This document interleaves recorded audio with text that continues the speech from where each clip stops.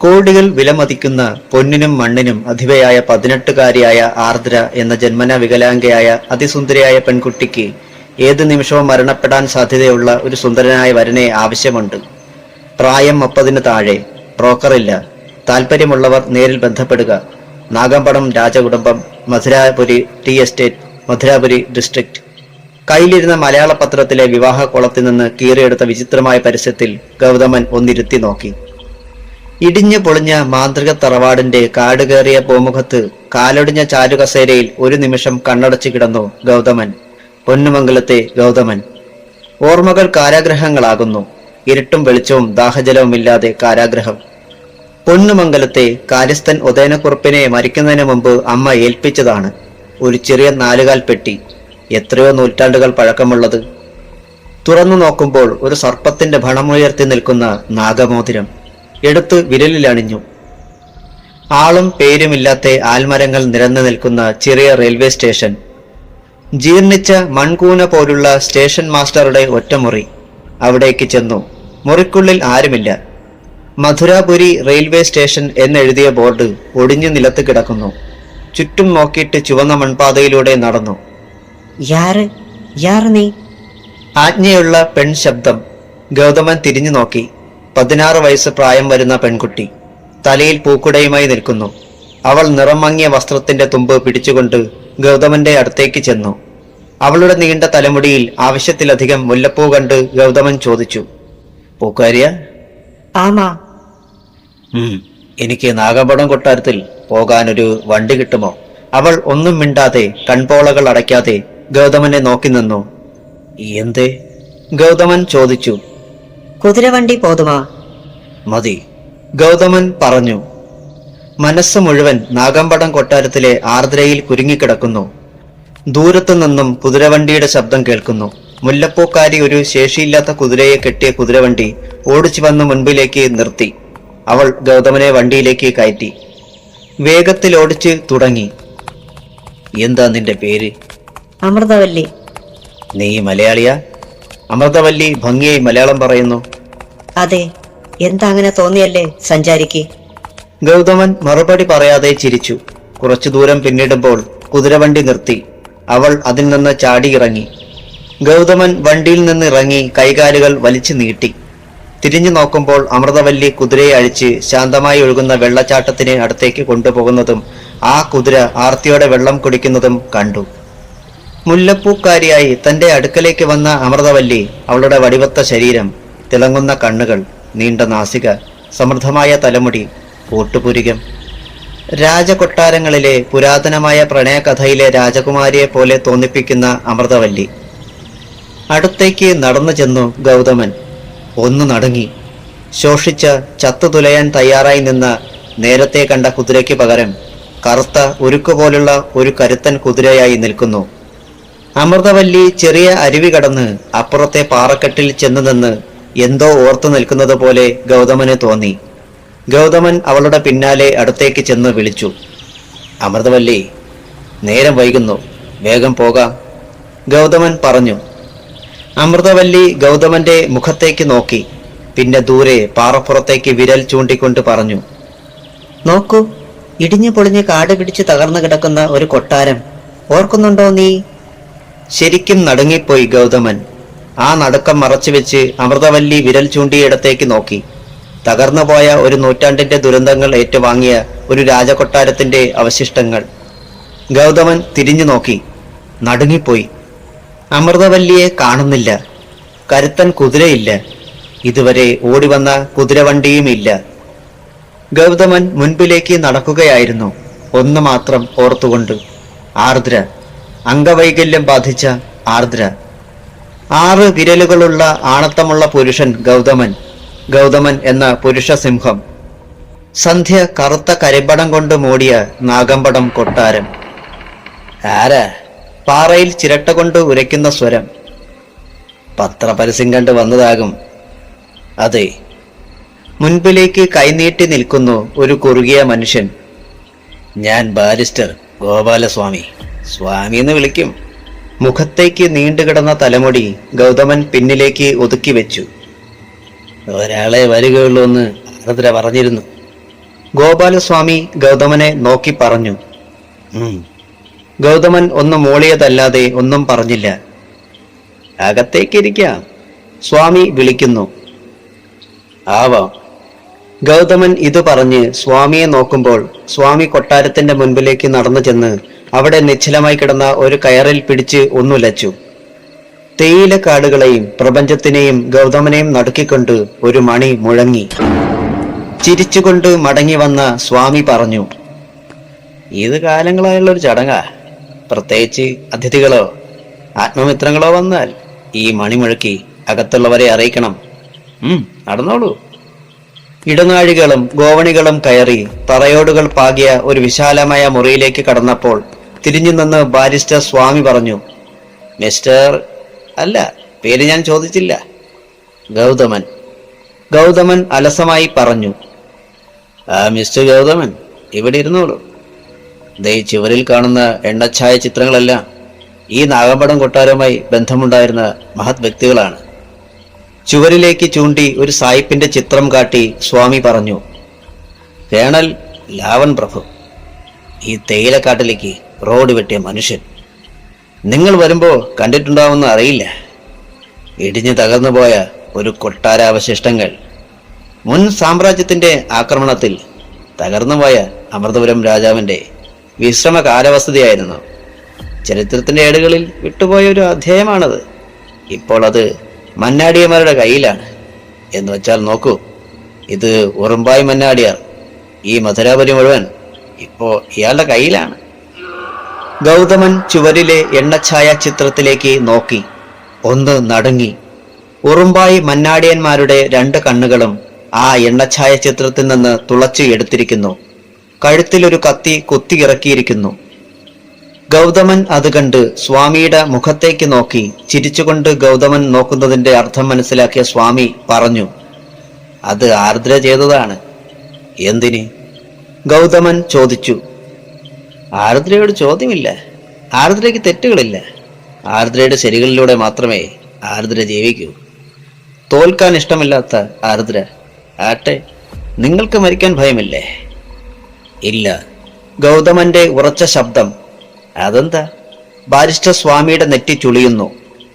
ജനിച്ചാൽ മരിച്ചേ പറ്റൂ. പിന്നെ ഇപ്പോൾ തന്നെ ഞാൻ ഒരു മരണാവസ്ഥയിലാണ്. നിങ്ങൾ നേരം കളയാതെ ആർദ്രയെ വിളിക്കേ. ബാരിസ്റ്റർ സ്വാമി ഒരു നിമിഷം മിണ്ടാതെ നിന്നു. എന്നിട്ട് ഗൗതമനെ നോക്കി പറഞ്ഞു, നിങ്ങൾ വായിച്ച പത്രപരസ്യത്തിൽ ഒരു നുണ പറഞ്ഞിട്ടുണ്ട്. എനിക്ക് അറിയാം. ഗൗതമന്റെ വാക്കുകൾ ബാരിസ്റ്റർ സ്വാമിയെ അത്ഭുതപ്പെടുത്തി. ആർദ്ര എന്ന് പറയുന്ന പെൺകുട്ടി നിങ്ങൾ പറഞ്ഞിരിക്കുന്നത് പോലെ സുന്ദരിയല്ല. പിന്നെ ഈ വികലാംഗയ്ക്ക് ഇപ്പോൾ കോടികൾ വിലമതിക്കുന്ന പൊന്നില്ല, മണ്ണില്ല, ഒരു കുന്തവുമില്ല. ഒരു മനുഷ്യജന്മത്തിന്റെ ജീവൻ അപഹരിക്കുന്ന ദശാസന്ധിയുടെ കവാടത്തിൽ വന്നു നിൽക്കുന്ന ആർദ്ര. പക്ഷേ അവൾ... മിസ്റ്റർ ഗൗതമൻ, നിർത്തൂ. ആർദ്രയെക്കുറിച്ച് ഇനി ഒന്നും മിണ്ടരുത്. ബാരിസ്റ്റർ സ്വാമി കിതയ്ക്കുന്നു. പിന്നെ തലകുനിച്ച് നടക്കുന്നു. അലകടൽ പോലെ പ്രതികാരദാഹിയായി അലറുന്ന ആർദ്ര. തികട്ടി വന്ന ഓർമ്മകൾ വലിച്ചെറിഞ്ഞ് കണ്ണടച്ചു നിൽക്കുമ്പോൾ ഒരു വിളി കേട്ടു. ഗൗതമൻ. ആർദ്രയുടെ വശ്യമായ ശബ്ദം. ഞെട്ടിത്തിരിഞ്ഞു നോക്കി. നിലക്കണ്ണാടിക്കുള്ളിൽ വീൽചെയറിൽ ആർദ്ര. പരിഭ്രമിച്ച് ചുറ്റും നോക്കി. ആ മുറിക്കുള്ളിൽ ആർദ്രയില്ല. അടുത്തു കണ്ട കൽപ്രതിമ എടുത്ത് നിലക്കണ്ണാടിയിലേക്ക് എറിഞ്ഞു. അത് പൊട്ടിച്ചിതറി. പൊട്ടിയ കണ്ണാടിയിൽ നിന്ന് ചോര ഒഴുകി വരുന്നു. ഒന്നുകൂടി നോക്കി ഭയപ്പാടോടെ. അവിടെ ചിതറി വീണ ചില്ലുകളിൽ തെളിഞ്ഞ അക്ഷരങ്ങളിൽ നിന്ന് ഒരു നടുക്കം ഭയമായി തലച്ചോറിലേക്ക് കടന്നു കയറി. ആർദ്ര. ഭീതി ഒടുങ്ങാത്ത മുഴക്കങ്ങൾ പോലെ ആർദ്ര. ചിതറി വീണ കണ്ണാടി ചില്ലുകളിൽ ആർദ്രയുടെ രൂപം. മാന്ത്രികർക്ക് ചുടുചോരയുടെ ഗന്ധം അറിയാം. താൻ നിൽക്കുന്നത് ആർദ്ര എന്ന ഭീകര മന്ത്രവാദിനിയുടെ കൊട്ടാരത്തിനുള്ളിലാണ്. ചുരുണ്ട മുടിയും നീണ്ട നാസികയും തിളങ്ങുന്ന വെളുത്ത കൃഷ്ണമണികളുമുള്ള ആർദ്ര. അതിലൊക്കെ അപ്പുറം അരയ്ക്ക് താഴെ തളർന്നുപോയ പെണ്ണ്. ആർദ്ര എന്ന സർപ്പവശ്യസുന്ദരിയുടെ സ്പന്ദനങ്ങൾ നിറഞ്ഞു നിൽക്കുന്ന നാഗമ്പടം കൊട്ടാരം. അഗ്നിയിൽ പിശാചുക്കളെ ആവാഹിക്കുന്ന പച്ച ചമതയുടെ നെരിപ്പോട് കത്തുന്ന ശബ്ദം. മുറിക്കുള്ളിൽ കാലം കഴിഞ്ഞ കർപ്പൂരത്തിന്റെ ഗന്ധം. ഗൗതമൻ ഞെട്ടിത്തിരിഞ്ഞു നോക്കിയില്ല. മനസ്സിൽ ഒരു കൊള്ളിയാൻ മിന്നി. ആർദ്ര വിളിക്കുന്നു. എത്രയോ കാലത്തിനു ശേഷം വീൽ ചെയർ തറയോടുകളിലൂടെ ഉരയുന്ന അറയ്ക്കുന്ന സ്വരം. ഗൗതം. ആർദ്രയുടെ മൂർച്ചയുള്ള ശബ്ദം. ഹൃദയം പറിച്ചു തന്നിട്ട് നീ എന്നെ വിട്ട് എങ്ങോട്ടാ പോയത്? ഗൗതമന് വാക്കുകൾ ഉണ്ടായിരുന്നില്ല. തല കുനിക്കാതെ ആർദ്രയെ നോക്കി അങ്ങനെ നിന്നു. ആണുങ്ങൾ എന്തേ ഇങ്ങനെ? പെണ്ണിന്റെ മനസ്സ് അറിയാത്ത ആണുങ്ങളോട് എനിക്ക് വെറുപ്പാണ്. മനസ്സ് മരവിച്ച് മരുഭൂമി പോലെയായ എന്റെ നമ്പരങ്ങൾക്ക് പകരം നീ എനിക്ക് എന്താ തരിക ഗൗതമൻ? ഗൗതമൻ തോൾസഞ്ചി നിലത്തേക്ക് വെച്ച് ആർദ്രയുടെ അടുത്തേക്ക് ചെന്നു. നീ പറഞ്ഞതൊക്കെ ശരിയായിരിക്കും ആർദ്ര, പക്ഷെ എനിക്ക് എന്നെ തന്നെ മനസ്സിലാക്കാൻ കഴിയുന്നില്ല. ഒരു പെണ്ണിനെയും എനിക്ക് സ്നേഹിക്കാൻ കഴിയില്ല. സ്നേഹമെന്നത് എന്താണെന്ന് എനിക്ക് അറിയില്ല. നിന്നെ കാണുന്നത് തന്നെ എനിക്ക് ഭയമാണ്. നേട്ടങ്ങൾക്ക് വേണ്ടി പുരുഷനെ മയക്കുന്ന പിശാചാണ് സ്ത്രീ. ഗൗതം. ആർദ്ര അലറി. നിർത്ത് നീ, ഭീരു, നട്ടല്ലില്ലാത്ത മാന്ത്രികൻ. നീ ആരെയോ ഭയക്കുന്നു, മരണത്തെ ഭയക്കുന്നു. പുരുഷൻ പുരുഷനല്ല. നീ ഒരിക്കൽ എന്നോട് പറഞ്ഞു നീ വിശാഖ നക്ഷത്രമാണെന്ന്, അസുരഗണമാണെന്ന്. ഒരിക്കൽ പെണ്ണിന്റെ സ്പന്ദനങ്ങൾ നെഞ്ചോട് ചേർത്ത് വയ്ക്കാൻ കീർവാണം മുഴക്കിയ വെറും മൂന്നാംകിട കാപട്യക്കാരനല്ലേ നീ? നീ എന്റെ മുൻപിൽ ആർക്കോ വേണ്ടി വേഷം കെട്ടുന്നു. നിന്നെ എനിക്ക് നന്നായി അറിയാം. ഒരു പെണ്ണിന് ഒരു പുരുഷനെ മനസ്സിലാക്കാൻ അവന്റെ കണ്ണുകളിലേക്ക് ഒരു തവണ നോക്കിയാൽ മതി. നീ ഈ വിഡ്ഢിവേഷം കെട്ടുന്നത് എന്തിന്? തേയിലക്കാട്ടിലൂടെ ഒരു ചൂടുള്ള കാറ്റ് വെളിച്ചം പരത്തി കടന്നുപോയി. നിന്റെ ജീവിതം രക്ഷിക്കാൻ. ഗൗതമന്റെ തൊണ്ട ഇടറി. എന്റെയോ? ആർദ്രയുടെ നെറ്റിയിൽ ചുളിവുകൾ വീണു. നിന്നെ ഞാൻ അറിഞ്ഞ പോലെ ആരും അറിഞ്ഞിട്ടില്ല. പിന്നെ എന്റെ ജീവിതം രക്ഷിക്കാനാണ് നീ വന്നതെങ്കിൽ ഞാൻ പറയുന്നത് നീ അനുസരിക്കണം. ഇത്രയും പറഞ്ഞിട്ട് ഗൗതമൻ എന്തു പറയുന്നുവെന്ന് അറിയാൻ കോപത്താൽ ചുവന്ന കണ്ണുകൾ കൊണ്ട് ഗൗതമന്റെ മുഖത്തേക്ക് തുറച്ചു നോക്കി ആർദ്ര. കാലങ്ങൾ വേഷങ്ങൾ കെട്ടിയാടുന്ന രണ്ടു പേർ, ആർദ്രയും ഗൗതമനും. ഗൗതമൻ ആർദ്രയുടെ അടുത്തേക്ക് ചെന്ന് ഇരു കൈകളും കൊണ്ട് വീൽ ചെയറിൽ പിടിച്ച് മുഖം ആർദ്രയോട് അടുപ്പിച്ചു നിന്നു. രണ്ട് ശ്വാസങ്ങൾ കൂട്ടിയുരഞ്ഞ് ഒന്നാകുന്നു. ആ ശ്വാസങ്ങൾ കൊടുങ്കാറ്റ് സൃഷ്ടിക്കുന്നു. പറയാൻ കഴിയാത്ത ഗദ്ഗതങ്ങളായി ഗൗതമൻ മുട്ടുകുത്തി നിന്ന് തല വീൽ ചെയറിൽ ഇരിക്കുന്ന ആർദ്രയുടെ മടിത്തട്ടിലേക്ക് വെച്ചു. ഗൗതമൻ കരയുന്നു. ആ തേങ്ങലുകൾ ആർദ്രയ്ക്ക് സഹിക്കാനായില്ല. അവൾ സാന്ത്വനപ്പെടുത്തി. ഗൗതം, ഞാൻ എത്ര ഭാഗ്യവതിയാണ്. ഞാൻ സ്നേഹം കൊണ്ട് ഭൂമിയെ നനയ്ക്കാൻ കാത്തു നിൽക്കുന്ന കാർമേഘമാണ്. ഈ ഭൂമി മുഴുവൻ നനയ്ക്കാൻ ഞാൻ കെട്ടിനിർത്തിയ ജലമാണ് എന്റെ സ്നേഹമെങ്കിൽ നീ ഭൂമിയല്ലേ ഗൗതം? ഗൗതമൻ ആ അരണ്ട വെളിച്ചത്തിൽ മുട്ടുകുത്തി നിന്ന് തലയുയർത്തി ആർദ്രയെ നോക്കി. അപ്പോൾ അവൻ കണ്ടു ആർദ്രയുടെ കവിളിലൂടെ കണ്ണീർ ഒലിച്ചിറങ്ങുന്നത്. അവൻ അത് കൈകൊണ്ട് തുടച്ചു. എന്നിട്ട് അവളുടെ താടി പിടിച്ചുയർത്തിക്കൊണ്ട് പറഞ്ഞു, നീ നീ എന്നെ ഓർക്കരുത് ആർദ്ര. ഗൗതം. ആർദ്രയുടെ തകർന്ന വിളി. അതെ, എന്തിന് നീ ഹിമാലയത്തിന്റെ ഗുഹാന്തരങ്ങൾ ഉപേക്ഷിച്ച് ഇവിടേക്ക് വന്നു? മനുഷ്യനെ പച്ച ജീവനോടെ ചുട്ടുകൊല്ലുന്ന മന്ത്രങ്ങളും കൊടും ഭീകര മന്ത്രമുദ്രകളും പഠിച്ച് ഈ തളർന്ന അരക്കെട്ടുമായി ഈ പ്രേതങ്ങൾ അലയുന്ന നാഗമ്പട കൊട്ടാരത്തിലേക്ക് എന്തിനു വന്നു? ഗൗതം, നീ എന്റെ കണ്ണിൽ നിന്ന് തുടച്ചെടുത്തത് എന്താണെന്ന് നോക്കൂ. ഗൗതമൻ തന്റെ കൈവെള്ളയിലേക്ക് നോക്കി. കൈവെള്ളയിൽ കണ്ണീരില്ല, പകരം തണുത്തുറഞ്ഞ ചോരപ്പാടുകൾ. ഗൗതമൻ ഞെട്ടിപ്പിടഞ്ഞ് എഴുന്നേറ്റു. ചിന്തയും നാവും കെട്ടുപിണഞ്ഞ് ഒരു നിമിഷം നിന്നു. ആർദ്ര ചിരിക്കുന്നു.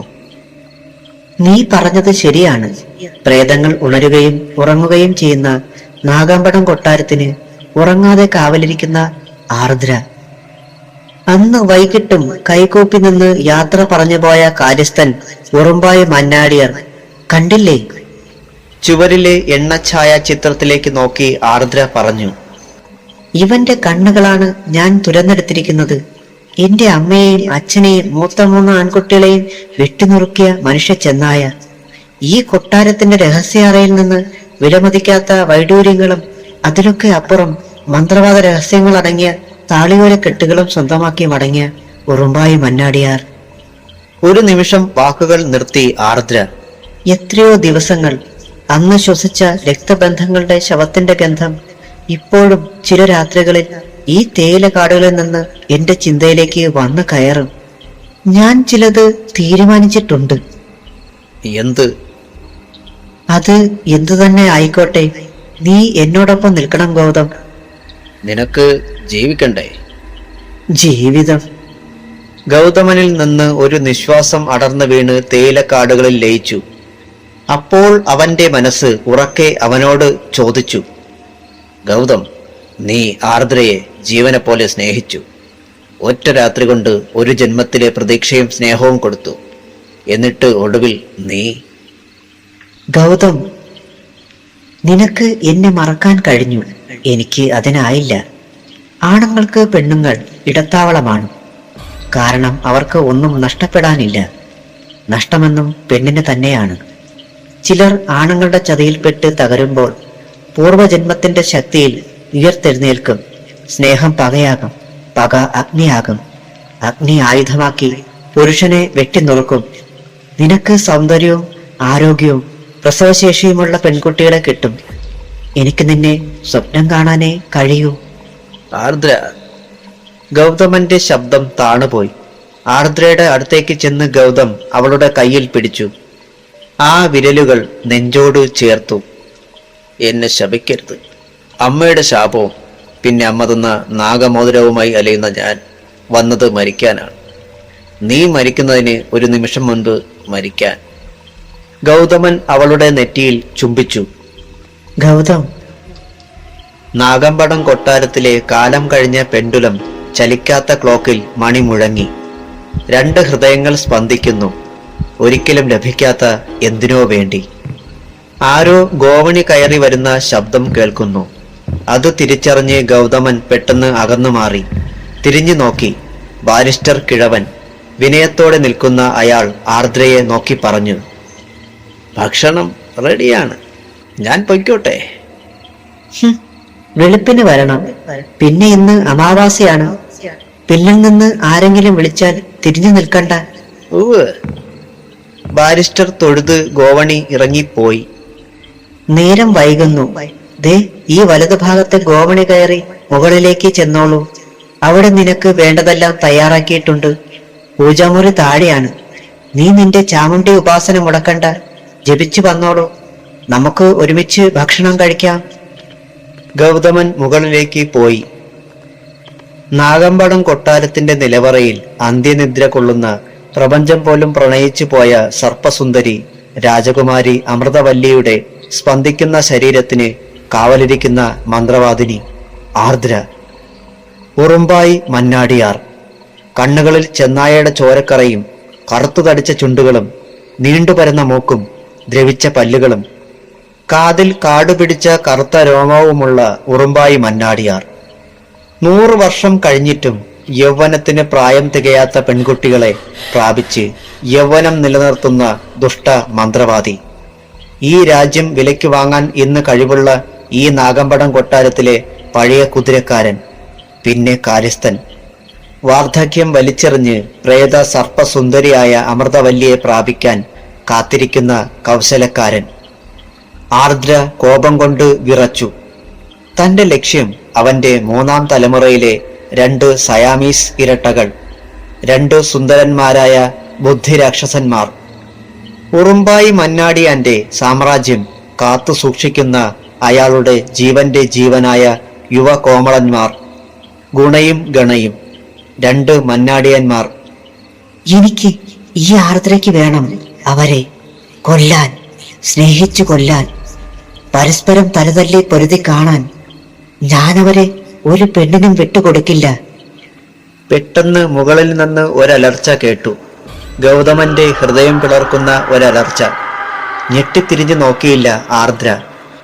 അടുത്ത നിമിഷം ഗോവണിയിലൂടെ ഉരുണ്ട് ആർദ്രയുടെ കാൽക്കലേക്ക് വീണു കിടന്നു ബോധം നശിച്ച ഗൗതമൻ. ആർദ്രയുടെ പ്രിയപ്പെട്ട ഗൗതമൻ.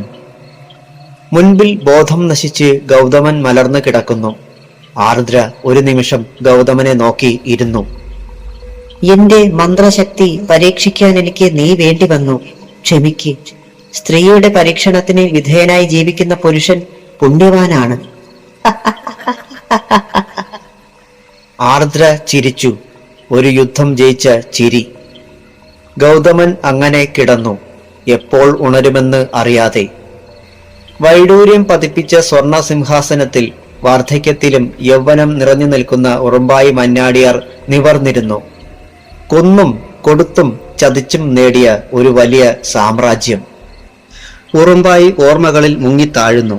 ഒരു കാലത്ത് നാഗമ്പടം കൊട്ടാരത്തിലെ കുതിരാലയത്തിൽ കുതിരച്ചാണകം കോരാൻ നിന്ന ചെറുപ്പക്കാരൻ വെളുപ്പിന് 3 മണിക്ക് ഉണരും. 100 കരുത്തൻ കുതിരകളെ കുളിപ്പിക്കും. വെള്ളവും പുല്ലും കൊടുക്കും. കൃത്യനിഷ്ഠയിൽ ഒന്നാമൻ. ഉറുമ്പായി വളർന്നു. നാഗമ്പടം കൊട്ടാരത്തിലെ അടിച്ചു തളിക്കാരികളുടെ കിടപ്പറയിൽ തുടങ്ങി. പിന്നെ വൈധവ്യയോഗം കൊണ്ട് വികാരങ്ങൾ മൂടിവെച്ച രക്തം തിളയ്ക്കുന്ന തമ്പുരാട്ടിമാരുടെ കിടപ്പുമുറിയിലൂടെ ഉറുമ്പായി വളർന്ന് നാഗമ്പടത്തിനും മുകളിലായി. എതിർത്തവരെ വെട്ടി കുതിരച്ചാണകക്കൊഴിയിൽ താഴ്ത്തി. ഒടുവിൽ ഒരു രാത്രി മന്ത്രവാദിനിയായ ചോതി തമ്പുരാട്ടിയുടെ ഒപ്പം അവൾ നിലവറയിൽ ഇറങ്ങി എടുത്തു കൊടുത്ത കുറെ താളിയോലക്കെട്ടുകൾ ഉറുമ്പായിയുടെ സ്വന്തമായി. ആ താളിയോലക്കെട്ടുകളിൽ സ്ത്രീ വശീകരണ മന്ത്രത്തിന്റെയും രതിയുടെയും കൊടും ലഹരി മന്ത്രങ്ങൾ. അക്ഷരം അറിയാത്ത ഉറുമ്പായിയെ സംസ്കൃത മന്ത്രം ഓതി പഠിപ്പിച്ചു. കണ്ണും കാതും കൂർപ്പിച്ചിരുന്ന ഉറുമ്പായി അതൊക്കെ മനഃപാഠമാക്കി. ഉറുമ്പായിക്ക് മന്ത്രദീക്ഷ കൊടുക്കുന്നതിന് മുൻപ് ചോതി തമ്പുരാട്ടി ഭ്രാന്ത് പിടിച്ച് മരിച്ചു. മരിക്കുന്നതിന് മുൻപ് അവൾ ഉറുമ്പായിൽ നിന്ന് താളിയോലക്കെട്ടുകൾ വാങ്ങി അഗ്നിയിലേക്ക് വലിച്ചെറിഞ്ഞിരുന്നു. എന്നാൽ അഗ്നിക്കെടുത്തി മന്ത്രങ്ങൾ എഴുതിയ താളിയോലക്കെട്ടുകൾ ഉറുമ്പായി തിരിച്ചെടുത്തു. അന്ന് ചോതി തമ്പുരാട്ടി പൊട്ടിച്ചിരിച്ച് തലമുടി അഴിച്ചിട്ട് അലറി. ഉറുമ്പായി, നീ ചതിയനാണ്. പെറ്റമ്മയെ ചവിട്ടിക്കൊന്ന ദ്രോഹി. നീ മന്ത്രദീക്ഷയ്ക്ക് അർഹനല്ല. നീ മരണമില്ലാതെ അലയും. ഉറുമ്പായിക്ക് കോപം അടക്കാനായില്ല. ചോതി തമ്പുരാട്ടിയുടെ തലമുടിയിൽ കൂട്ടിപ്പിടിച്ചു. ചുവരിലെ വാൾ വലിച്ചൂരി ഒരൊറ്റ വെട്ട്. ശരീരം പിന്നിലേക്ക് മറഞ്ഞപ്പോൾ ഉറുമ്പായിയുടെ ഇടത് കൈയിലിരുന്ന ചോതി തമ്പുരാട്ടിയുടെ ചുണ്ടുകൾ ചലിച്ചു. എന്റെ മരണം കൊണ്ട് തീരില്ല ഉറുമ്പായി നിന്റെ നാശം. നിന്റെ ആത്മാവിന് ഗതി കിട്ടില്ല. നിന്റെ കുടുംബത്തിലെ പെണ്ണുങ്ങൾ വാഴില്ല. പ്രസവത്തോടെ പെണ്ണ് മരിക്കും. ഉറുമ്പായി ചോതി തമ്പുരാട്ടിയുടെ തല ജനാലയിലൂടെ പുറത്തേക്ക് വലിച്ചെറിഞ്ഞു. ഉറുമ്പായി ഒരു നിമിഷം തല അന്തരീക്ഷത്തിൽ നിന്നു. പിന്നെ പറഞ്ഞു. നാഗമ്പടം കൊട്ടാരത്തിന്റെ നിലവറയ്ക്കുള്ളിൽ അമൃതവല്ലിയുടെ ശവകുടീരമുണ്ട്. നാഗമ്പടത്തെ ഒരു പെൺകുട്ടിയെ സ്വന്തമാക്കുന്ന ഒരാണിന് അവളുടെ സ്പന്ദിക്കുന്ന ശവശരീരം ആ പെൺകുട്ടിയുടെ അറിവോടെ ദർശിക്കാം. കാരണം നിന്നെ ഞാൻ സ്നേഹിച്ചു പോയി. അത്രയും പറഞ്ഞ് ചോതി തമ്പുരാട്ടിയുടെ തല ഒരു സ്ഫോടനത്തോടെ പൊട്ടിത്തെറിച്ചു പോയി. മയക്കത്തിൽ നിന്ന് ഉറക്കെ അലറിക്കൊണ്ട് ഉറുമ്പായി ഞെട്ടി ഉണർന്നു. വെള്ള വസ്ത്രം ധരിച്ച പരിചാരക വിശ്വസ്തൻ അഗസ്റ്റിൻ പൈലോ അപ്പുണ്ണി ഓടിയെത്തി. വിയർത്ത് കുളിച്ചിരുന്ന ഉറുമ്പായെ കണ്ട് ഒന്ന് ഭയന്നു. പിന്നെ അടുത്തേക്ക് ചെന്ന് ചോദിച്ചു. യജമാനൻ, താങ്കൾ സ്വപ്നം കണ്ട് ഭയന്നുവോ? 100 കഴിഞ്ഞ ഉറുമ്പായി ഒന്ന് കിതച്ചു, മറുപടി പറയാതെ. പിന്നെ ഭൂതകാലത്തെ നടക്കുന്ന ഓർമ്മകളിൽ നിന്ന് മോചിതനായി നിവർന്നിരുന്നു. യജമാനൻ, അഗസ്റ്റിൻ പൈലോ അപ്പുണ്ണി എന്തോ പറയാനാഞ്ഞെങ്കിലും വാക്കുകൾ മുറിഞ്ഞു. സംസാരിക്കുമ്പോൾ വാക്കുകൾ മുറിക്കരുതെന്ന് ഞാൻ നിന്നോട് പറഞ്ഞിട്ടില്ലേ? ഒരു കാര്യം 9 തവണ പറയിപ്പിച്ചാൽ നിന്റെ ജോലി ഞാൻ മറ്റൊരാൾക്ക് കൊടുക്കും. എന്റെ രഹസ്യങ്ങളുടെ താക്കോൽ മറ്റൊരാളുടെ കയ്യിലേക്ക് കൊടുക്കാൻ ഈ ഉറുമ്പായിക്ക് നിന്റെ സമ്മതം വേണ്ട. പക്ഷേ ഒപ്പം നിന്റെ ജീവനുണ്ടാകില്ലെന്ന് ഓർത്തോ? അല്ല യജമാൻ, താങ്കൾക്ക് മനോവ്യഥ ഉണ്ടാക്കുന്ന ഒന്നും പറയാൻ എൻ്റെ നാവ് പൊന്തില്ല. പക്ഷേ സൂചിപ്പിക്കാതിരുന്നാൽ എനിക്ക് ഉറങ്ങാനുമാകില്ല. ഉറുമ്പായി ഒന്ന് മൂളി. നിനക്ക് അധികം വിനയം വേണ്ട. അധികം വിനയം കാണിക്കുന്നവൻ അവസരം വന്നാൽ യജമാന്റെ അടിവേര് പിഴുതെടുക്കും പുണ്ണി. ഉറുമ്പായി ദൂരേക്ക് നോക്കിയിരുന്നു. വൈഡൂര്യം പതിച്ച സിംഹത്തിന്റെ തലയുള്ള സ്വർണവടി കുത്തിപ്പിടിച്ച് തെല്ലു നേരത്തെ നിശബ്ദതയ്ക്ക് ശേഷം ചോദിച്ചു. എന്താണ് നാഗമ്പടത്ത് വിശേഷം? ഉറുമ്പായുടെ ശബ്ദത്തിന്റെ മൂർച്ച തിരിച്ചറിഞ്ഞ് അഗസ്റ്റിൻ പൈലോ അപ്പുണ്ണി. 6000 ഏക്കറും നാഗമ്പടം കൊട്ടാരവും അരക്കെട്ട് തകർന്ന ആർദ്രയും.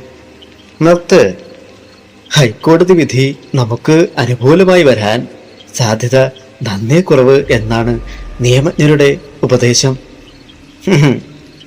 ഉറുമ്പായി ഒന്ന് മൂളി പകയോടെ.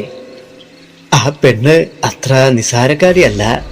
അവളുടെ വക്കീലന്മാർ നമ്മുടെ കാശ് വാങ്ങാൻ മടിക്കുന്നു. കേസിന്റെ നുപുലാമാലകൾ പറഞ്ഞു കൊടുക്കുന്നത് അവൾ ആ ആർദ്ര തന്നെയാണത്രേ. വീണ്ടും മൂളി. ആർദ്ര തൊട്ടിൽ നിന്ന് കാലിൽ പിടിച്ച് കരിങ്കൽ ചുവരിലേക്ക് വലിച്ചെറിഞ്ഞപ്പോൾ ചത്തു ഞാൻ കരുതി.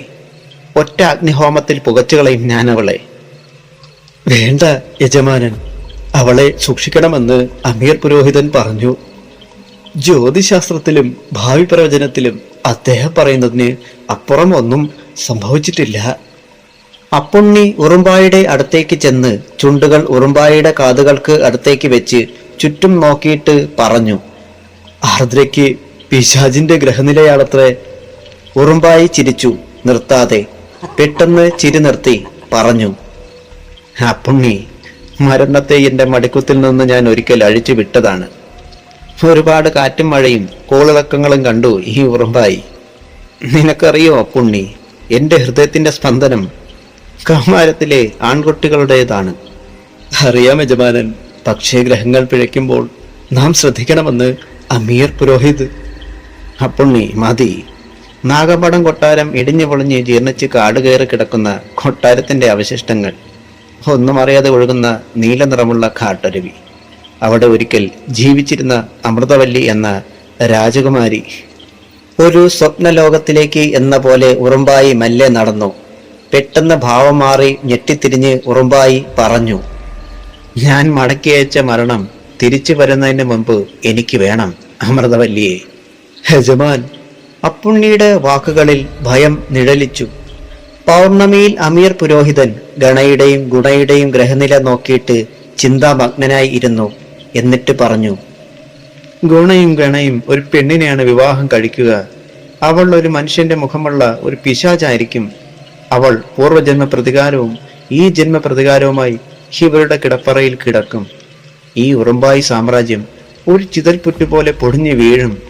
കോടികൾ കൊണ്ട് ഈ ഭൂമി മുഴുവൻ വിലയ്ക്ക് വാങ്ങിയ ഉറുമ്പായി മന്നാടിയാർ ഒരു നേരത്തെ ആഹാരത്തിന് കേഴും. വാർദ്ധക്യം നൽകുന്ന വ്രണങ്ങളുമായി ഉറുമ്പായെ ജനം ആട്ടിപ്പായിക്കും. വേണ്ട അമീർ പുരോഹിത് സാഹിബ്, താങ്കൾ പറഞ്ഞതൊന്നും നടക്കരുത്.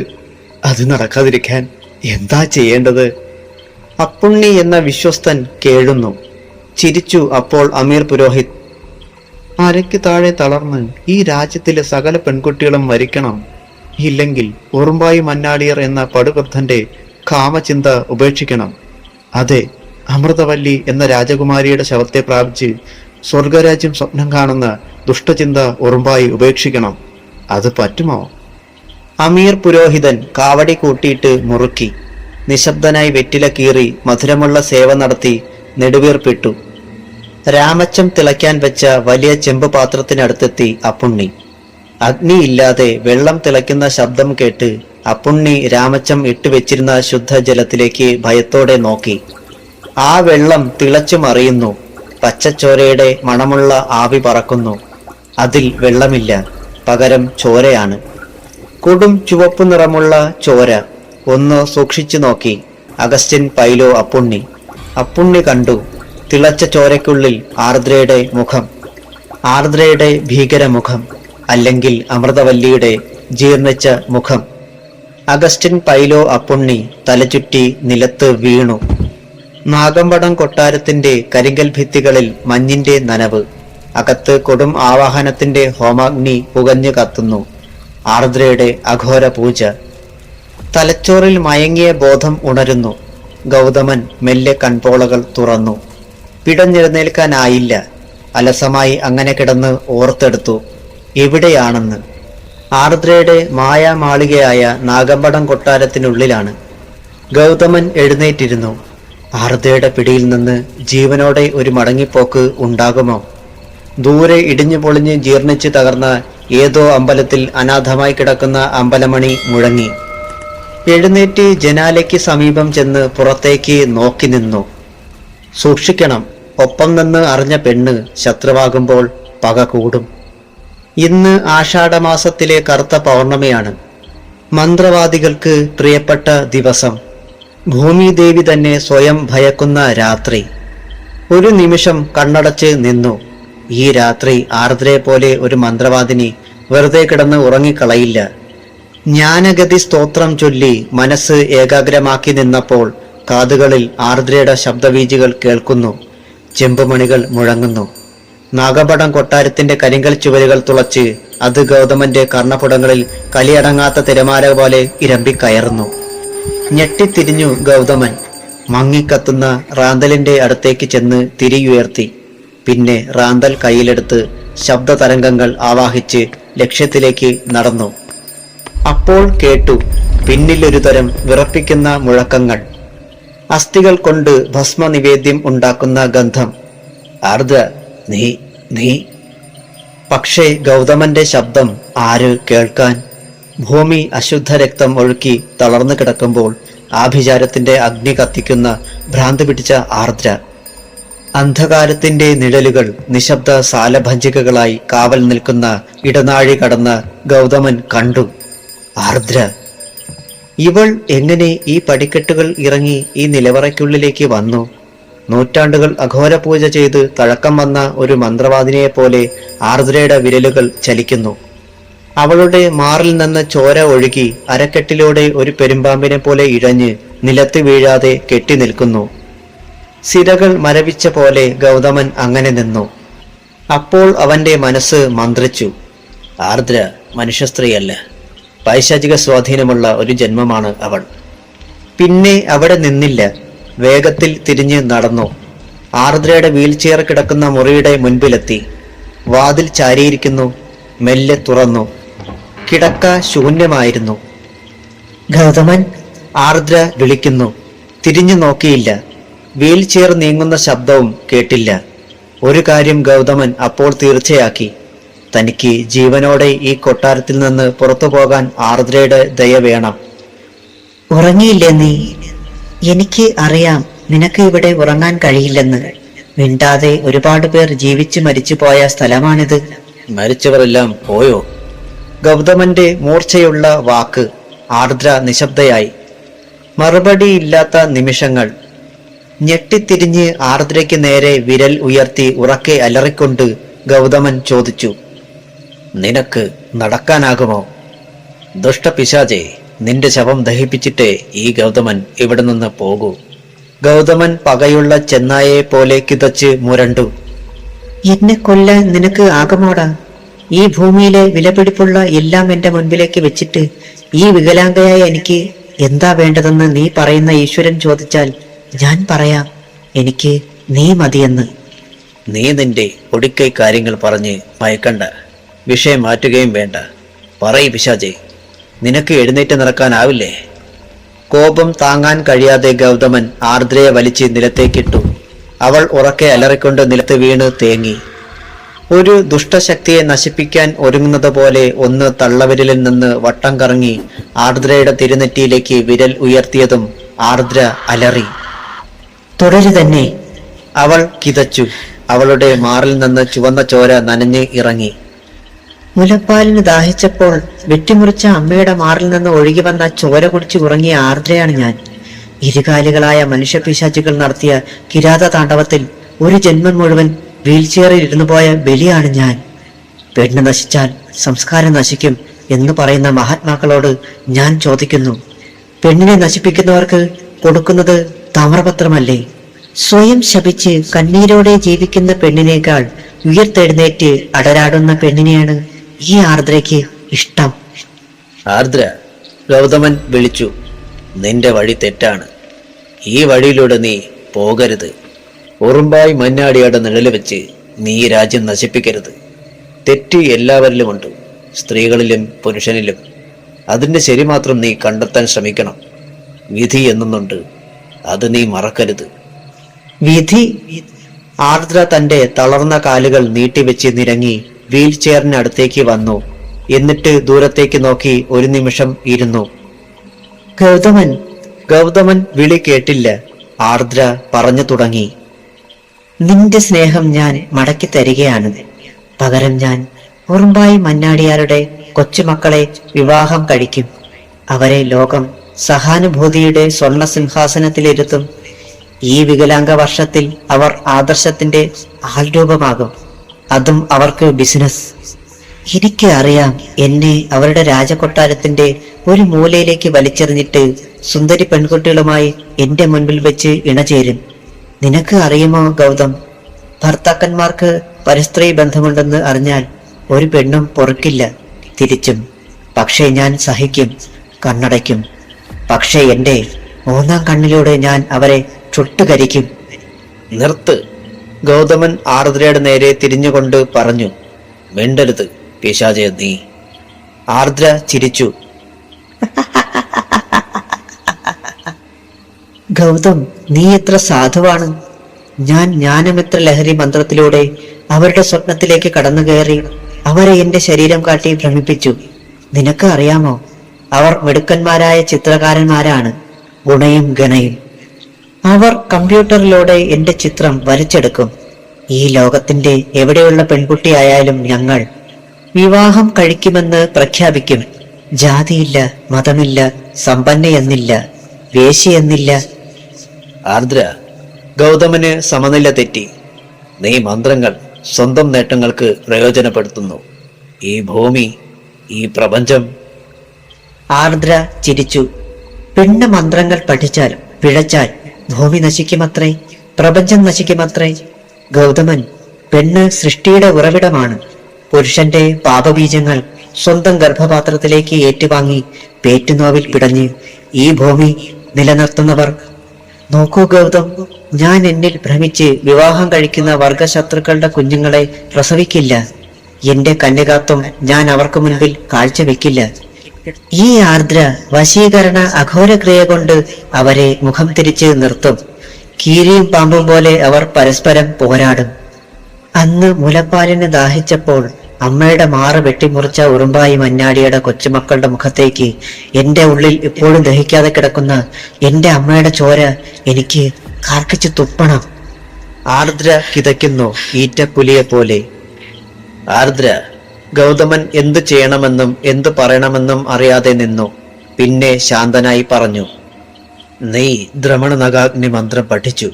നീ ഏതോ ശവശരീരം ഉണർത്തി. അവൾ ഗൗതമൻ പറയുന്നത് ശ്രദ്ധിക്കാതെ വീൽ ചെയറിലേക്ക് പിടിച്ചു കയറി. എന്നിട്ട് ഗൗതമനോട് പറഞ്ഞു.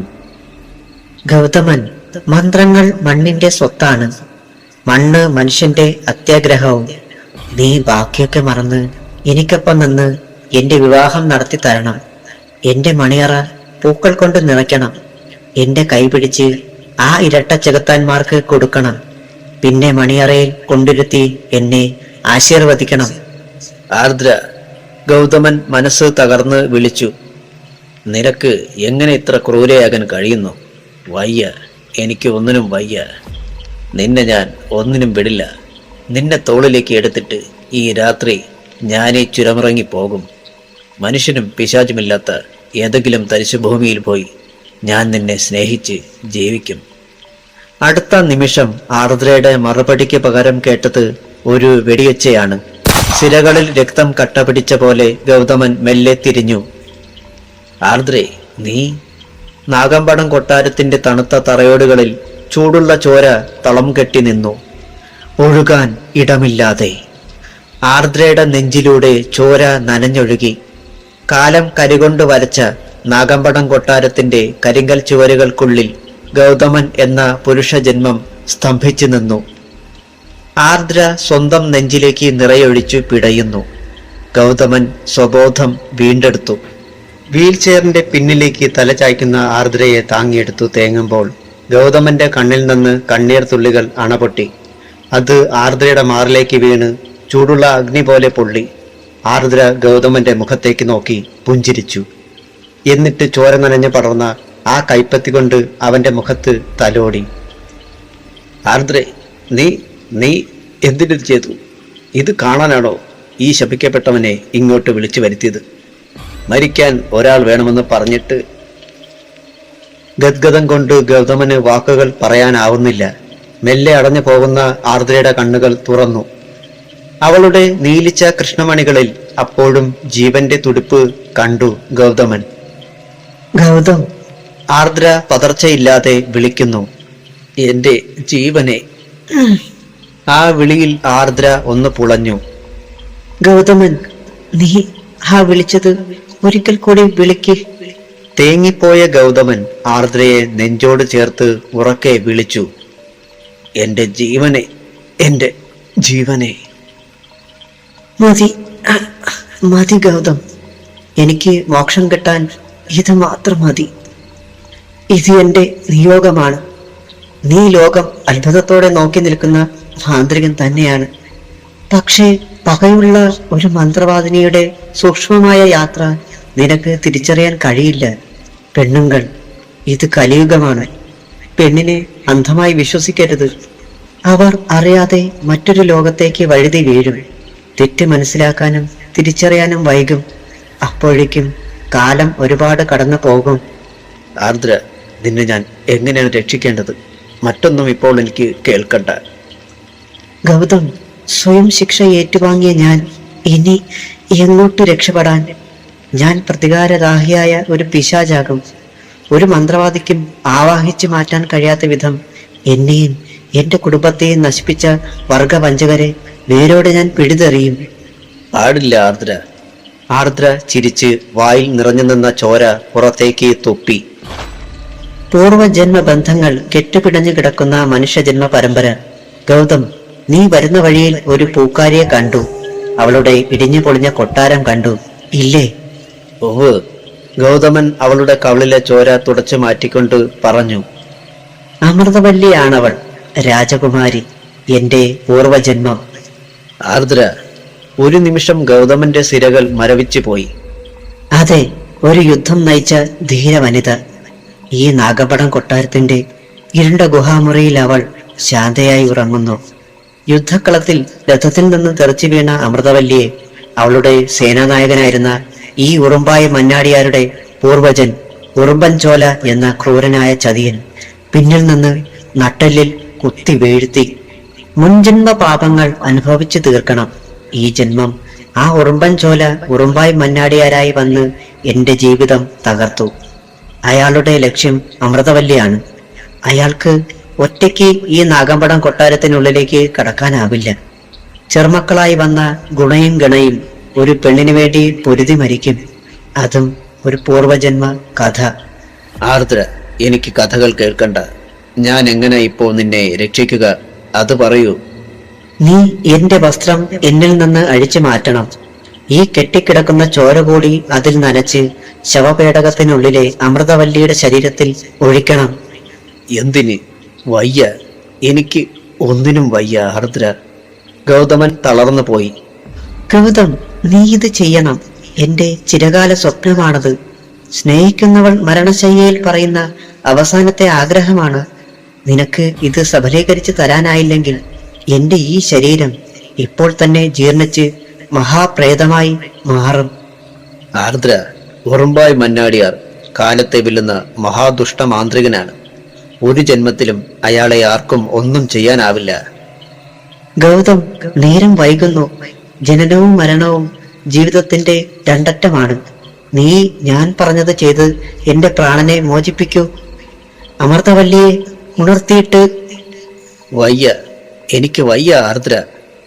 ഗൗതം. ആർദ്ര ഗൗതമന്റെ കൈപ്പത്തിയിൽ മുറുകെ പിടിച്ച് നെഞ്ചോട് ചേർത്തു. എന്നെ ഈ വീൽ ചെയറിൽ നിന്ന് എടുത്ത് നിലത്ത് കിടത്തു. നിന്റെ മടിയിൽ ഞാൻ തലവെച്ച് മരിക്കട്ടെ. ആർദ്രേ, ഞാനും നിന്നോടൊപ്പം മരിക്കുകയാണ്. ഗൗതമൻ നിലത്ത് കിടന്ന തോക്ക് കയ്യിലേക്ക് എടുത്തു. അരുത് ഗൗതം, എന്റെ തല നിന്റെ മടിത്തട്ടിലേക്ക് വെക്കൂ. ദയവായി നിന്റെ ജീവനായ ഞാൻ പറയുന്നത് വിശ്വസിക്ക്, അനുസരിക്ക്. ഗൗതമൻ തേങ്ങിക്കൊണ്ട് കയ്യിലിരുന്ന തോക്ക് ദൂരേക്ക് വലിച്ചെറിഞ്ഞു. എന്നിട്ട് ആർദ്രയുടെ തല മടിയിലേക്ക് വെച്ചു. പിന്നെ അവൾ പറഞ്ഞ പോലെ രക്തത്തിൽ കുതിർന്ന മേൽവസ്ത്രം അഴിച്ചെടുത്ത് ചോരയിൽ മുക്കി അവളെ കാട്ടി. ആർദ്ര നേർത്ത ചിരിയോടെ പറഞ്ഞു.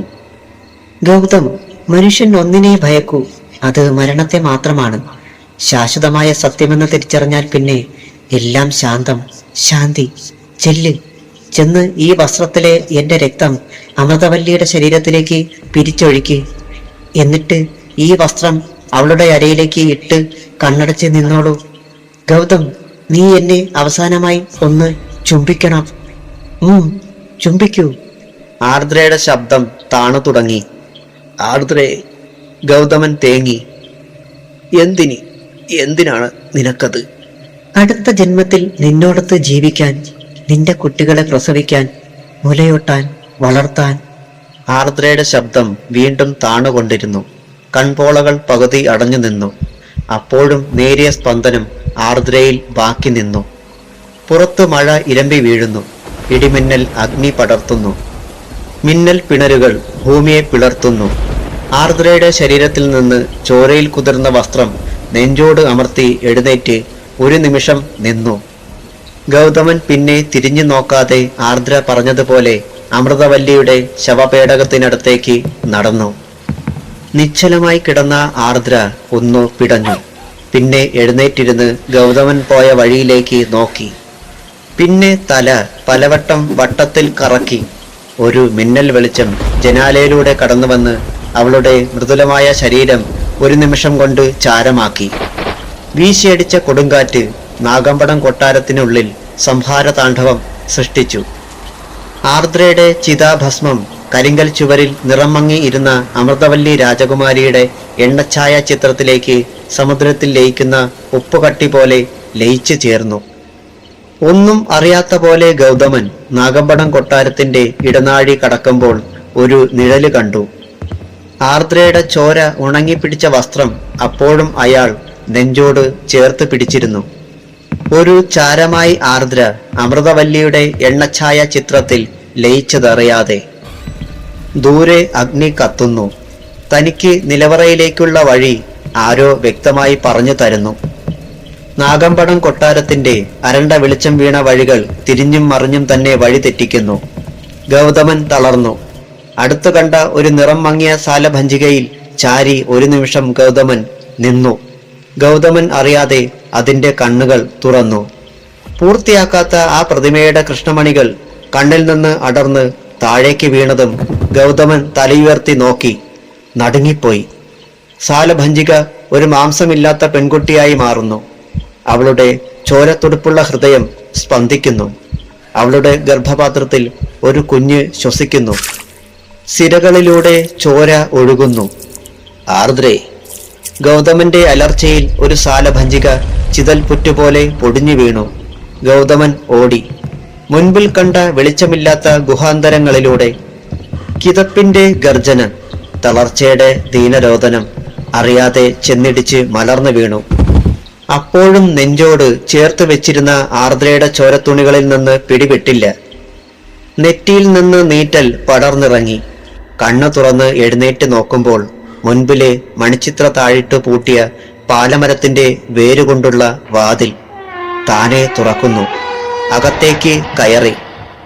പാറക്കെട്ടുകളിൽ നിന്ന് വെള്ളം തെറിച്ചു വീണ് ഏതോ ഇരുളിലേക്ക് ഒഴുകിപ്പോകുന്നു. എവിടെ നിന്നോ വന്നു കയറുന്ന തണുത്ത കാറ്റ്. കാലം കഴിഞ്ഞ കർപ്പൂരത്തിന്റെ ഗന്ധം. കത്തിത്തീർന്ന പന്തം പുകയുന്നു. പുകയ്ക്ക് ചോരയുടെ നിറം. പ്രപഞ്ചത്തിലെ മുഴക്കങ്ങൾ, വെളിച്ചങ്ങൾ. അവിടെ കണ്ടു അമൃതവല്ലിയുടെ ശവപേടകം. ഗൗതമൻ ചുറ്റും നോക്കി. കയ്യിലെ നാഗമോതിരത്തിൽ തണുപ്പിന്റെ സ്പർശം. ആപത്തിൽ നിന്ന് രക്ഷപ്പെടാൻ തലമുറകളിൽ നിന്ന് മാറി മാറി വന്ന നാഗമോതിരം. തണുത്താൽ സ്വയം രക്ഷപ്പെടുക, മറ്റൊന്നും നോക്കരുത്. കയ്യിലിരുന്ന ആർദ്രയുടെ ചോര നിറഞ്ഞ തുണി വലിച്ചെറിയണം. ഹൃദയം പിടഞ്ഞു. ആർദ്ര മരിച്ചു കാണുമോ? പക്ഷേ അടുത്ത് ഒന്നും ഓർക്കാൻ കഴിയുന്നതിന് മുമ്പ് പാലമര വാതിലിന്റെ പാടുകൾ ചേർന്നടഞ്ഞു. മുൻപിലെ അമൃതവല്ലിയുടെ ശവപേടകത്തിന്റെ മേൽമൂടി നെറുകെ പിളർന്നു. ഒന്ന് നോക്കിയതേ ഉള്ളൂ ഗൗതമൻ. അതിസുന്ദരിയായ അമൃതവല്ലി മയങ്ങിക്കിടക്കുന്നു.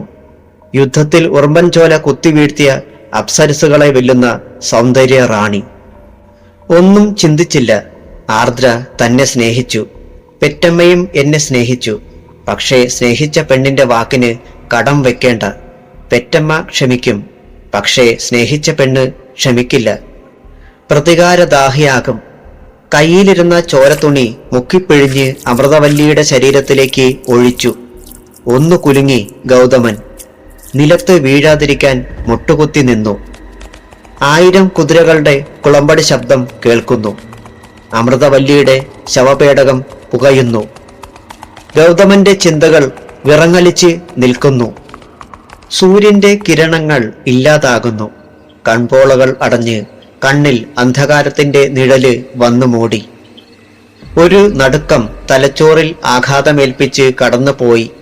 ശവപേടകത്തിനുള്ളിൽ അമൃതവല്ലി ഇല്ല. പാലമരത്തിന്റെ വാതിൽ തുറന്നു കിടക്കുന്നു. ഒന്നും ചിന്തിച്ചില്ല. ഒരോട്ടമായിരുന്നു.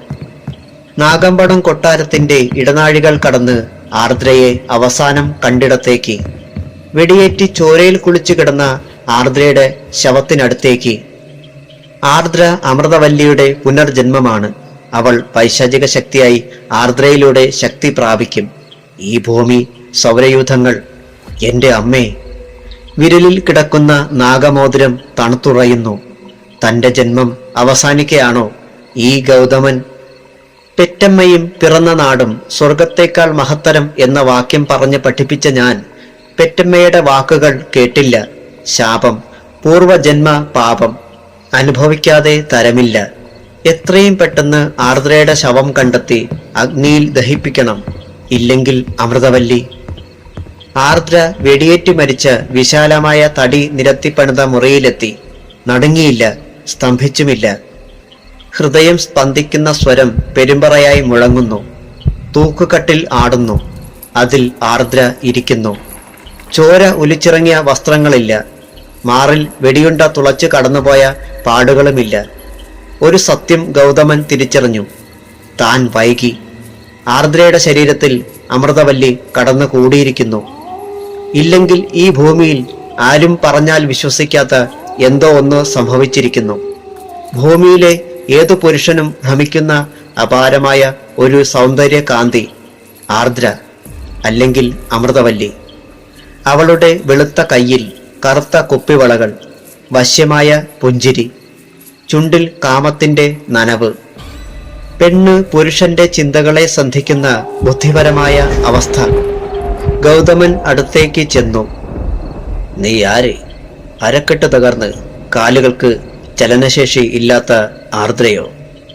പൂർവജന്മത്തിന്റെ കഥ പറഞ്ഞ് ശവപേടകത്തിൽ നിന്ന് എഴുന്നേറ്റ് വന്ന അമൃതവല്ലിയോ? അമൃതവല്ലി പൊട്ടിച്ചിരിച്ചു. കറുത്ത കരിവളകൾ താളത്തിൽ കിലുങ്ങി. അവളുടെ വെളുത്ത പല്ലുകളിൽ ചോരക്കറയില്ല. പക്ഷേ തിളങ്ങുന്ന അവളുടെ ദന്തങ്ങളിൽ ഒരു ലക്ഷണ വ്യത്യാസം തിരിച്ചറിഞ്ഞു ഗൗതമൻ. ഇത് ആർദ്രയല്ല, അമൃതവല്ലിയാണ്. എന്നാലും ഗൗതമൻ അമൃതവല്ലിയെ മറന്ന് ആർദ്രയുടെ രൂപം മനസ്സിൽ ഉറപ്പിച്ച് വിളിച്ചു. ആർദ്രേ. അമൃതവല്ലി ചിരിച്ചുകൊണ്ട് പറഞ്ഞു.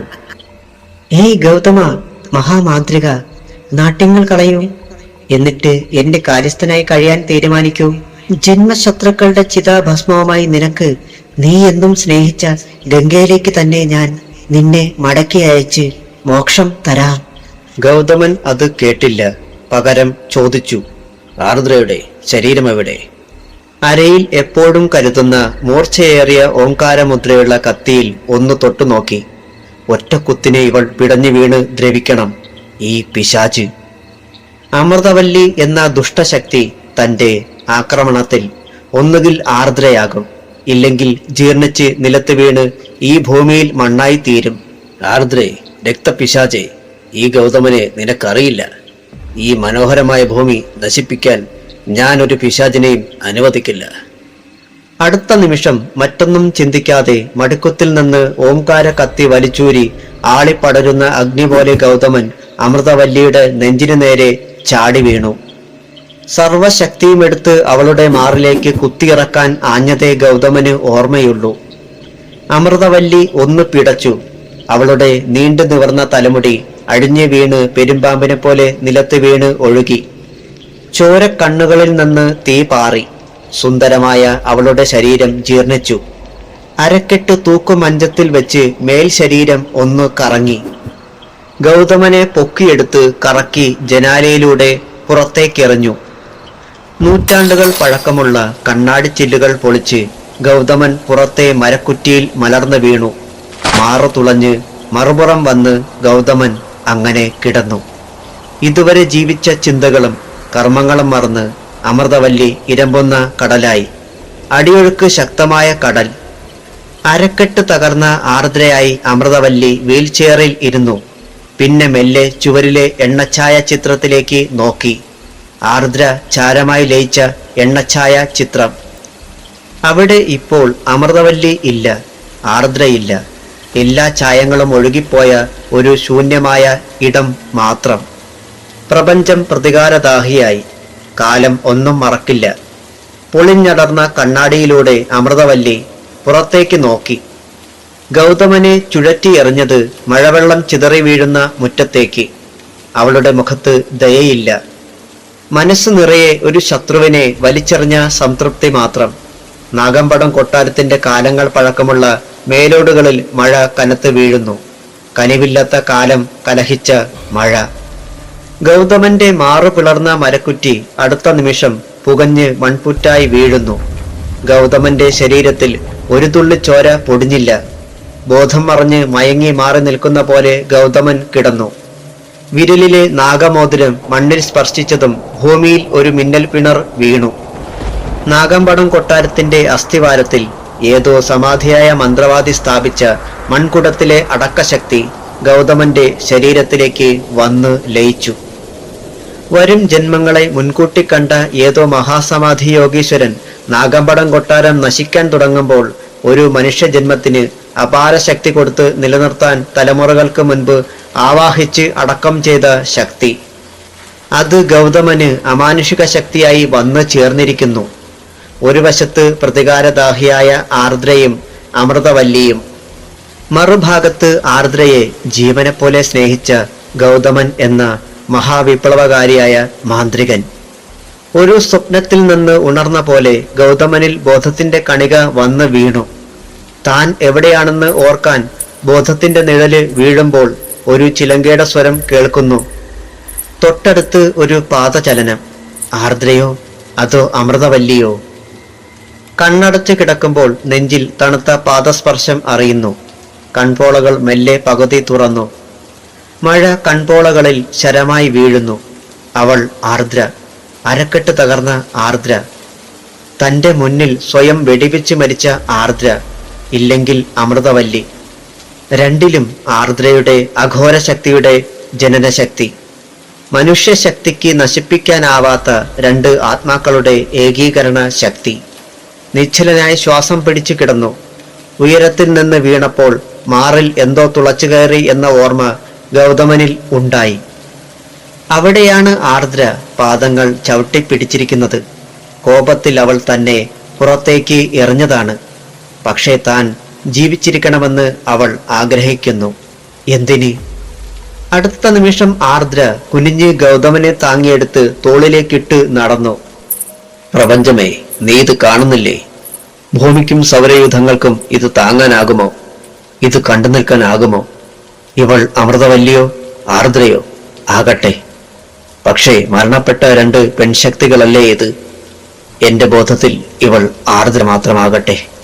ആർദ്ര എന്തിനുള്ള പുറപ്പാടാണ്? അടിവേരുണങ്ങി ജീർണിച്ച് ഇല പൊഴിഞ്ഞ മരത്തിന് താഴെ ഗൗതമനെ മലർത്തിക്കിടത്തി. എന്നിട്ടവൾ തന്റെ നീണ്ട വിരലുകൊണ്ട് ഗൗതമന്റെ തലയോട്ടിയിൽ തൊട്ട് എന്തോ മന്ത്രം ചൊല്ലി. ഗൗതമന്റെ വലതു കാലിലെ തള്ള വിരലിൽ നിന്ന് ഒരു അഗ്നിസൂചി സിരകളിലൂടെ കുണ്ടലിനി ഉണർത്തി തലച്ചോറിലെത്തി. ശരീരം ഒന്നു ചുരുങ്ങി. മാംസം അസ്ഥികളോട് മണ്ണിലേക്ക് വീണു. ഒരു കൊള്ളിയാന്റെ വെളിച്ചത്തിൽ അത് പുകഞ്ഞു തീർന്നത് ഗൗതമൻ അറിഞ്ഞില്ല. അടുത്ത നിമിഷം ഒന്ന് പിടഞ്ഞ് എഴുന്നേറ്റിരുന്നു ഗൗതമൻ. ഇല പൊഴിഞ്ഞ മരച്ചില്ലകളിൽ ആ സമയം കുറെ കടവാവലുകൾ പറന്നു വന്ന് തലകീഴായി കിടന്നു. എന്തിനോ സാക്ഷിയാകാൻ എന്ന പോലെ. ആർദ്ര, ഗൗതമൻ വിളിച്ചു. ചൂടുള്ള മഴ പെയ്യുന്നു.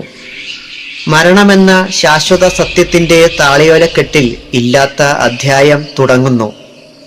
മരിച്ചവർ, മരണതുല്യർ, മരണത്തെ അതിജീവിച്ചവർ. ആർദ്ര, ഗൗതമൻ ഭൂതകാലം മറന്ന് വിളിക്കുന്നു. ആർദ്ര ഉണർത്തിയെടുത്ത അമൃതവല്ലിയുടെ ആത്മശക്തിയായി ആർദ്ര എന്ന സത്യം മറന്നുപോയി മാന്ത്രികൻ ഗൗതമൻ. വരൂ, ഏതോ പിശാചുക്കൾ നമ്മെ ഇവിടെ എത്തിച്ചിരിക്കുന്നു. നമ്മൾ നാഗമ്പടം കൊട്ടാരത്തിൽ ഉറങ്ങേണ്ടവരാണ്. നിന്നെ ഞാനെടുത്ത് നടക്കാം. നമുക്ക് പോകാം. ആർദ്ര പറഞ്ഞു. തന്റെ മാന്ത്രിക പ്രയോഗം ഗൗതമനിൽ ഉണ്ടാക്കിയ മാറ്റത്തിൽ ആർദ്ര അഭിമാനം കൊണ്ടു. ആർദ്ര, നീ എന്നെ നാടോടി കഥയിലെ കഥാപാത്രമാക്കരുത്. എന്റെ മുന്നിൽ ആർദ്ര മാത്രമേ ഉള്ളൂ. ഗൗതമൻ അവളെ ചേർത്ത് പിടിച്ചു നടക്കുമ്പോൾ അമൃതവല്ലിയും ആർദ്രയും ഒന്നു ചേർന്ന ആ പൈശാചിക ശക്തി ഗൗതമൻ അറിയാതെ മെല്ലെ ചുണ്ടു കടിച്ചമർത്തി ചിരിച്ചു. ഒന്നും അറിയാതെ ഗൗതമൻ നടക്കുന്നു. നെഞ്ചോട് ചേർത്ത് പിടിച്ചിരിക്കുന്ന ഈ ഭൂമി മുഴുവൻ നശിപ്പിക്കാൻ ശക്തിയാർജിച്ചു നിൽക്കുന്ന കൊടും പെൺപിശാചിന്റെ ശക്തി അറിയാതെ. ജീവരക്ഷയ്ക്ക് അമ്മ അവസാനമായി നൽകിയ നാഗമോതിരം നഷ്ടപ്പെട്ടതറിയാതെ, ജന്മം നഷ്ടപ്പെട്ടതറിയാതെ. കഥ അവസാനിക്കുന്നു. ഇതുവരെ നിങ്ങൾക്ക് വേണ്ടി വായിച്ചത് മിഥുൻ മോഹൻ. കഥ ഇഷ്ടമായെങ്കിൽ എല്ലാവരും ലൈക്ക്, കമന്റ്, സബ്സ്ക്രൈബ് ചെയ്യാൻ മറക്കരുത്. പിന്നെ നിങ്ങളുടെ കൂട്ടുകാർക്ക് ഷെയർ ചെയ്യാനും മറക്കല്ലേ. വീഡിയോ കേൾക്കുന്നതിനും കാണുന്നതിനും ഒപ്പം തന്നെ എല്ലാവരും കമന്റും ലൈക്കും ചെയ്യാൻ മറക്കരുത്. എങ്കിലേ കൂടുതൽ പേരിലേക്ക് വീഡിയോ റെക്കമെൻഡ് ചെയ്യപ്പെടുകയുള്ളൂ. എല്ലാവർക്കും എൻ്റെ ഹൃദയം നിറഞ്ഞ നന്ദി. ഇതുവരെയുള്ള സപ്പോർട്ട് ഇനിയും ഞാൻ പ്രതീക്ഷിക്കുന്നു. എൻ്റെ കൂട്ടുകാർക്ക് എൻ്റെ ഹൃദയം നിറഞ്ഞ നന്ദി രേഖപ്പെടുത്തുന്നു.